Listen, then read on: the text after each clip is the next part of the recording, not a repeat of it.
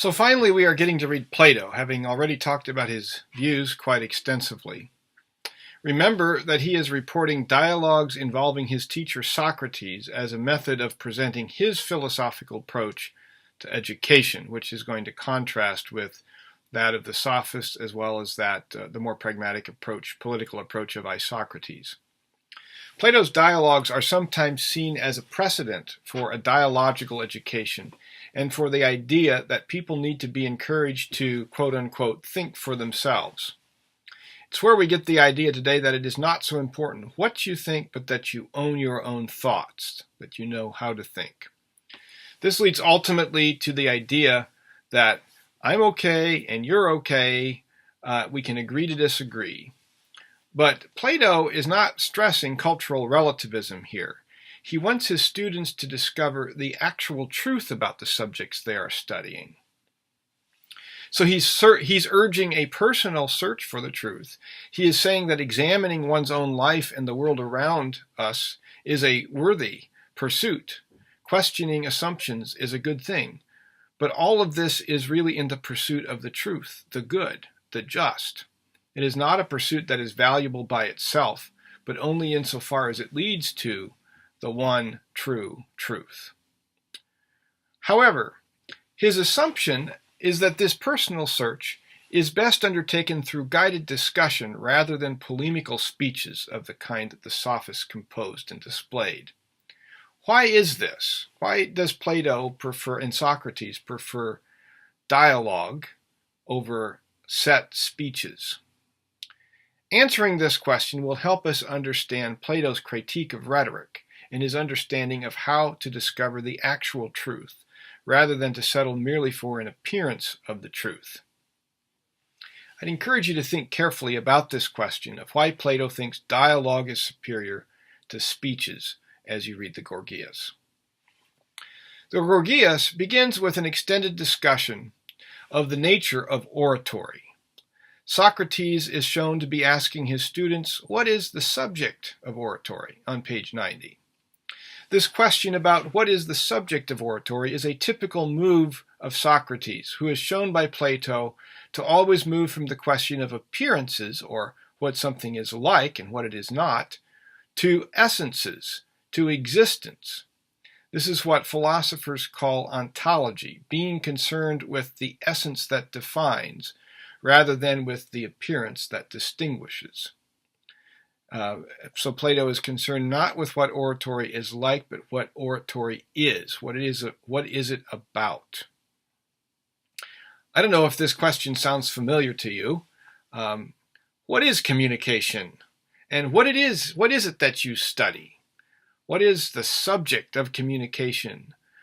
This is a familiar question, at least to me, for people who are confused about, well, what's going on and what's communication about? What happens in a communication class? I'd be interested for you to think about how you answer that question. What is communication about? Gorgias's answer to Socrates, as it's shown here in the Gorgias dialogue, Gorgias answers, provides a sophistical answer, right? Oratory is about the greatest of human concerns and the best. For Gorgias, this means, of course, that oratory is the greatest topic and skilled to know because it is what gives people control over their lives and enables them to be leaders and rulers. You'll actually see that he explains that on the bottom of page 90. This answer is, of course, not going to be satisfactory to Socrates. Socrates is not interested in what oratory does or what it makes possible. He's interested in what oratory is. And he is implying, of course, that really oratory has no substance. It's not really anything. We today would say, or we would hear in this, communication is not really anything. It doesn't really have a proper subject. Socrates says, for example, on page 98, what cosmetics is to gymnastics, sophistry is to legislation, what pastry baking is to medicine, oratory is to justice. What is Socrates saying here? What is oratory being reduced to?